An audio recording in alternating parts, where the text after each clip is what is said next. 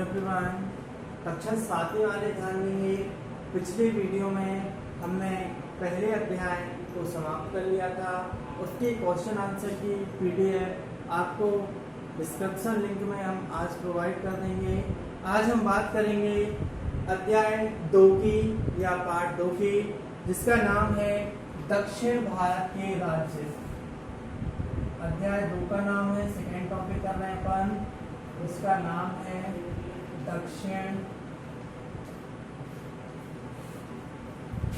भारत के राज्य।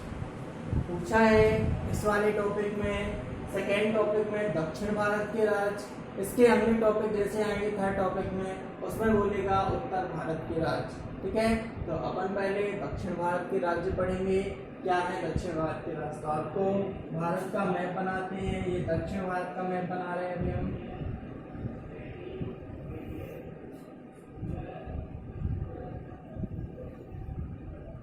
ये आपका दक्षिण भारत का मैप है। कौन सा भारत है? दक्षिण भारत का मैप है।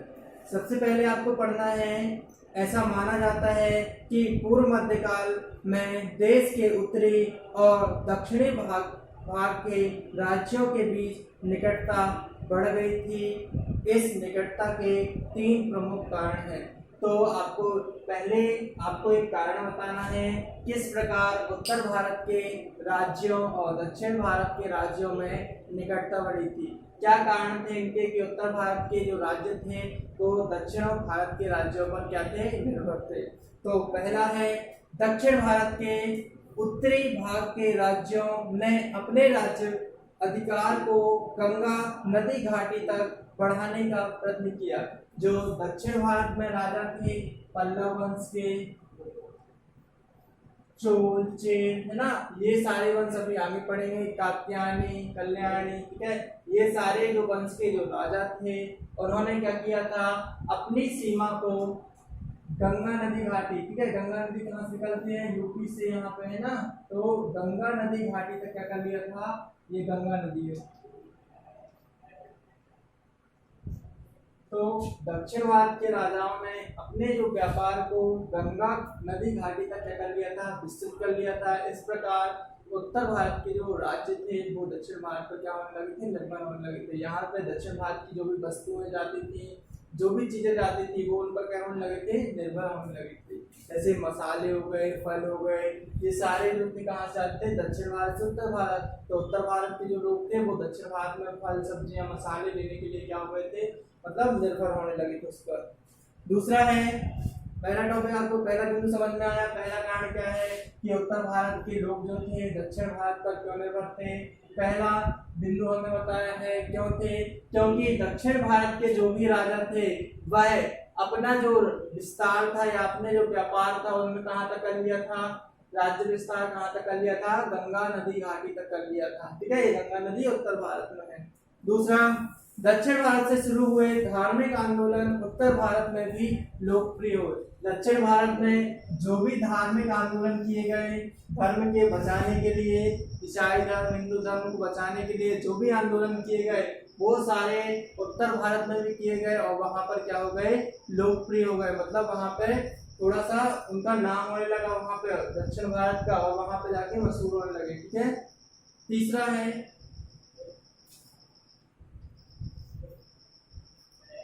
दक्षिण भारत के विभिन्न शासकों ने धार्मिक कर्मकांडों और अध्ययन अध्यापन के लिए उत्तर भारत के ब्राह्मण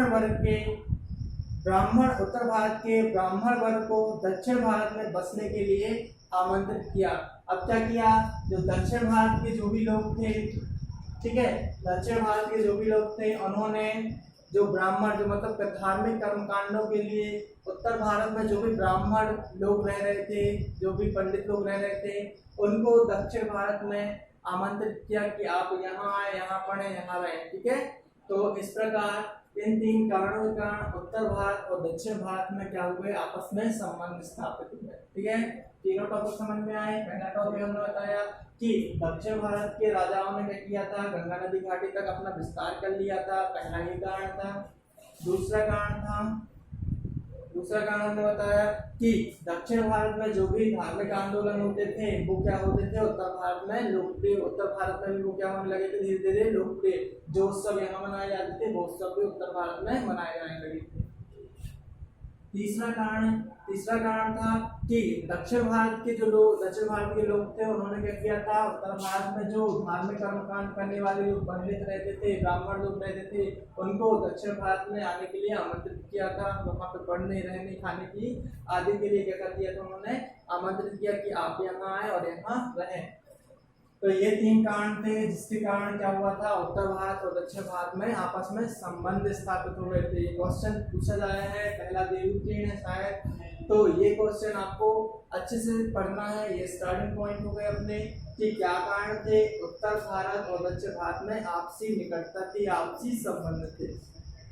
अब आपको ये देखना है कि दक्षिण भारत में कौन कौन से राज्य थे या कौन कौन से वंश थे ना। तो दक्षिण भारत में शासन करने वाले पहला वंश था, अपन को पढ़ना है पल्लव। आपको पहले पूरे वंश के नाम लिखा दे रहे हैं, फिर एक एक से अपन अध्ययन करेंगे। तो पहला वंश है पल्लव वंश,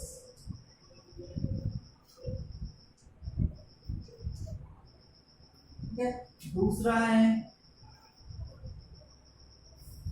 राष्ट्रकूट,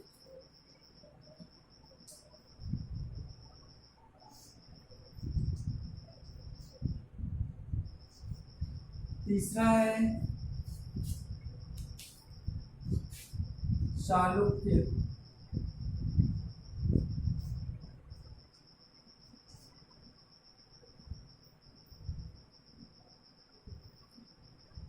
तो आज अपन तीनों वंश के अध्ययन करते हैं, ठीक है। तो पहले लिखा है पल्लव वंश। तो पल्लव वंश कहाँ पर थे, मैप पे ही बता दे आपको। पल्लव वंश का जो शासन चल रहा था वह यहाँ आंध्र प्रदेश और कर्नाटक के बीच चल रहा था। दूसरा हमने लिखा दिया है राष्ट्रकूट, है ना, और चालुक्य। और चालुक्य वंश का शासन था जो कहाँ पर था, महाराष्ट्र के पास था, है ना, चालुक्य। और तीसरा राष्ट्रकूट, है ना। तो राष्ट्रकूट वंश जो थे वो थे महाराष्ट्र के आसपास, ठीक है। तो इन तीनों वंश के बारे में अपन को अध्ययन करना है। पहला हम पल्लव वंश बता रहे हैं आपको। तो 4वीं शताब्दी में पल्लवों का उदय कृष्णा नदी के दक्षिण आंध्र प्रदेश तथा तमिलनाडु के बीच हुआ। ये आंध्र प्रदेश ऊपर वाला राज्य है, यहाँ पे आंध्र प्रदेश, और इसके नीचे यहाँ पे क्या है, तमिलनाडु। तो इन राज्यों में क्या कर रहे थे, पल्लव अपना शासन कर रहे थे। नरसिंहवर्मन प्रथम तथा नरसिंहवर्मन द्वितीय इसके क्या थे, प्रतापी शासक थे। और पल्लव वंश का उदय जो किया था वह किया था नरसिंहवर्मन प्रथम ने, ठीक है। नरसिंहवर्मन प्रथम पल्लव वंश के जनक माने जाते हैं। और नरसिंहवर्मन प्रथम तथा नरसिंहवर्मन द्वितीय इस वंश के सबसे प्रतापी शासक थे। और पल्लव वंश कहाँ पर है, वर्तमान में आंध्र प्रदेश। पल्लव वंश जो था वह आंध्र प्रदेश और तमिलनाडु में क्या कर रहा था, अपना राज्य कर रहा था। सुनाएंगे।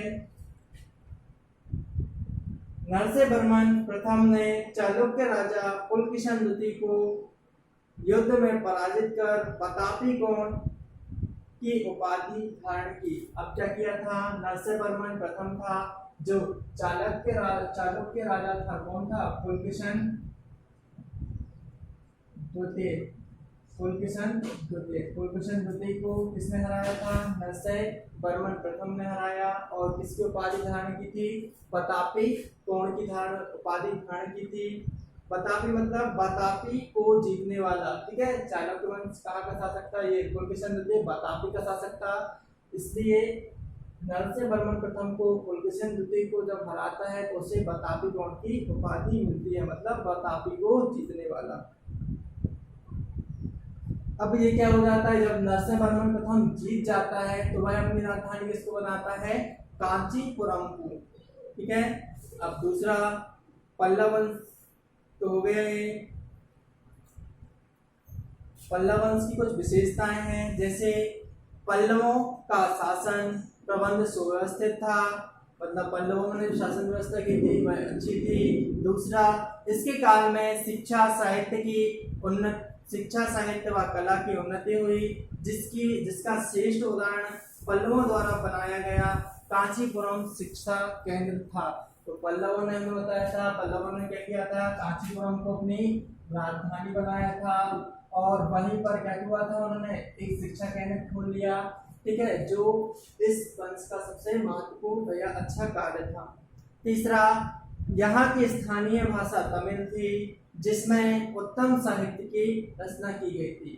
तो क्या हुआ था, पल्लव शासन की जो प्रमुख भाषा थी पूछा जाता वह क्या थी, तमिल थी।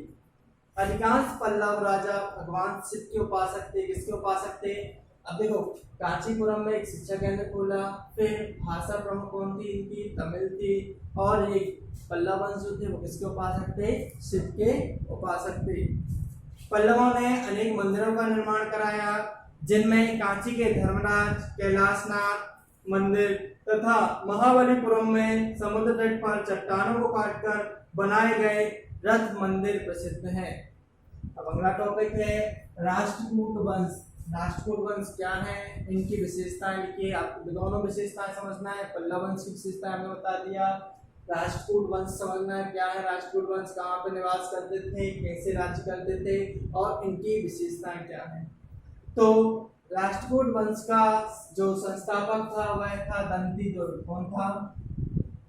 दंतीदुर्ग।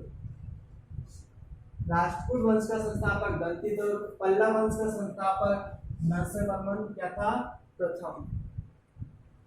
चालुक्य राजा कीर्तिवंत के सामंत दंतीदुर्ग ने राष्ट्रकूट वंश की नींव रखी। मतलब दंतीदुर्ग कौन था? राष्ट्रकूट वंश का संस्थापक था। राष्ट्रकूट दक्षिण भारत में अपनी शक्ति और साम्राज्य विस्तार के लिए कृष्ण प्रथम, गोविंद द्वितीय, राजा ध्रुव और धारावर्ष तथा गोविंद तृतीय आदि इस वंश के प्रमुख शासक थे।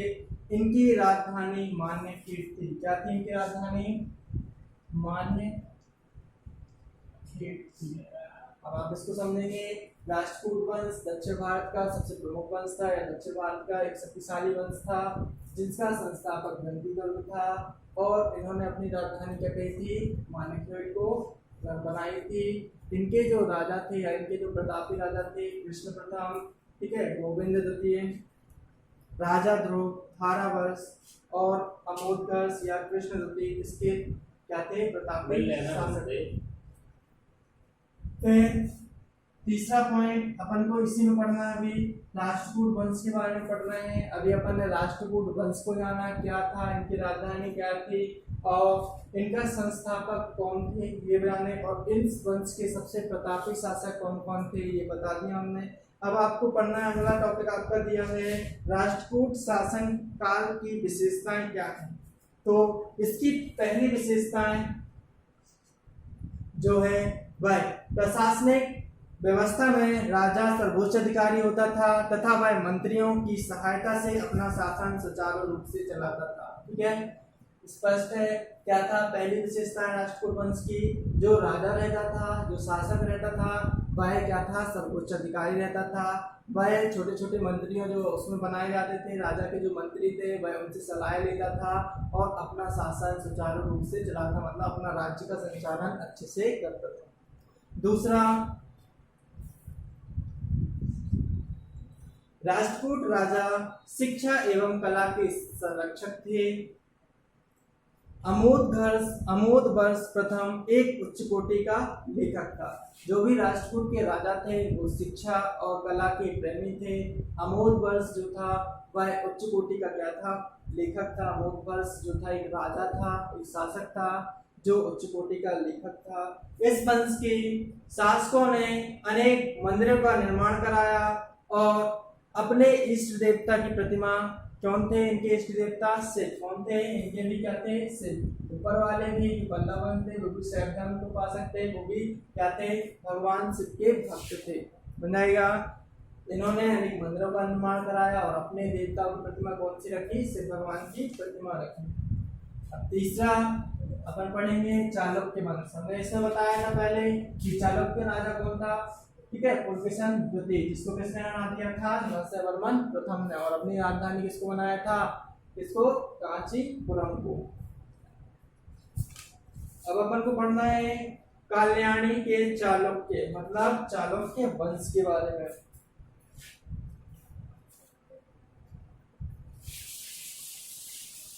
ये मान्यखेट था यहाँ पे। तो चालुक्य वंश का जो संस्थापक था वो तैलव द्वितीय,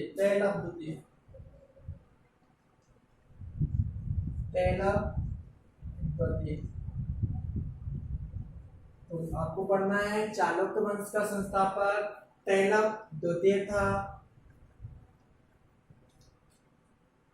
तो राष्ट्रकूट शासक कर्क तृतीय और कर्क द्वितीय को परास्त कर चालुक्य शासक तैलव द्वितीय ने अपने राज्य की स्थापना कर कल्याणी को अपनी राजधानी बनाया। ठीक है, चालुक्य वंश ने क्या किया था, चालुक्य वंश जो तैलव था उसने राष्ट्रकूट वंश के कर्क द्वितीय को हराया और अपनी राजधानी किसको बना दिया, कल्याणी को अपनी राजधानी बना दिया। इसने मान्यखेट को बनाया था, मान्यखेट को अपनी राजधानी बनाया था। और चालुक्य वंश का संस्थापक तैलव द्वितीय था, इसने अपनी राजधानी कल्याणी को बनाया। इसलिए ये कल्याणी के चालुक्य कहलाए। जब ये राजधानी कल्याणी बन जाती है तो जो भी यहाँ के राजा थे तो वो क्या कहलाते हैं, कल्याणी के चालुक्य वंश कहलाते हैं। तैलव द्वितीय जो ये राजा था वह 24 वर्षों तक शासन चलाता है अपना। इस वंश के प्रमुख शासक सत्याश्रय, सोमेश्वर प्रथम, विक्रमादित्य पंचम व जैसे आदि हुए। चालुक्य वंश की कुछ विशेषताएं हैं, जैसे अपन ने पल्लव वंश की विशेषताएं पढ़ी, राष्ट्रकूट की पढ़ी। अब चालुक्य वंश की कुछ विशेषताएं हैं, जैसी पहली विशेषता थी चालुक्य राजा उदार व कला के प्रेमी थे। इसमें भी हमने बताया था राष्ट्रकूट राजा थे वो भी संस्कृति और कला के प्रेमी थे। ठीक है, चालुक्य राजा भी क्या थे, संस्कृति और कला के प्रेमी थे। लगभग तीनों विशेषताएं आपस में एक दूसरे से मिलती हैं। आप किन्हीं दो की विशेषताएं याद कर लेंगे तो तीसरी ऑटोमेटिकली आपको याद हो जाएगी। इसलिए आपको पॉइंट बाय पॉइंट लिखना है और सारी विशेषताएं आपको अच्छे से करना है नोट डाउन। ठीक है, तो आपको क्वेश्चन आंसर में कोई भी दिक्कत नहीं आएगी। पहला पॉइंट आपको पता चल गया कि चालुक्य राजा थे वो उदार कला के प्रेमी थे। दूसरा, वे सभी धर्मों का आदर करते थे। ब्रह्मा विष्णु महेश और शिव, ब्रह्मा विष्णु व शिव में इनकी विशेष आस्था थी। यह उनके बनवाए गए मंदिर से स्पष्ट होता है। मतलब वह जो थे चालुक्य वंश के जो शासक थे वो सभी धर्मों को मानते थे। उन्होंने ब्रह्मा विष्णु और शिव तीनों की प्रतिमा क्या की, मंदिरों का निर्माण कराया और उन मंदिरों पर अपनी उनकी प्रतिमा रखी। तीसरा, चालुक्य कला की एक विशेषता हिंदू देवताओं के लिए चट्टानों को काटकर मंदिरों का निर्माण करवाना था। विरूपाक्ष का मंदिर इस काल का सर्वश्रेष्ठ उदाहरण है। विरूपाक्ष का मंदिर, ये लोग क्या करते थे, चालुक्य वंश के जो राजा थे बड़ी बड़ी चट्टानें रहते थे, बड़े बड़े पत्थर रहते थे, उनको काटते थे और उनको काट कर क्या बनाते थे, मंदिरों का निर्माण करते थे और वहां पर मूर्तियां रखते थे। विरूपाक्ष का मंदिर, ठीक है, चट्टानों को काट कर बनाया गया मंदिर है और चालुक्य वंश का प्रमुख उदाहरण है। तो चट्टानों को काट कर एक कला हुई उनकी, तो ये उनकी कला की प्रमुख विशेषता है, इसकी चालुक्य वंश के शासकों की। तो इस प्रकार हमने आज के अध्याय में उत्तर भारत और दक्षिण भारत के बीच संबंध देखा और दक्षिण भारत के 3 वंशों को जाना, पल्लव वंश, राष्ट्रकूट वंश और चालुक्य वंश। ठीक है, इन सभी की कौन थे संस्थापक, उनकी राजधानी और उनके प्रतापी शासक के बारे में भी आज हमने जाना। अब जो भी वंश हैं, 3 वंश बचे हैं, उनको हम नेक्स्ट टॉपिक में करेंगे, मतलब नेक्स्ट वीडियो में करेंगे अपन। तो आज के लिए इतना ही। ओके।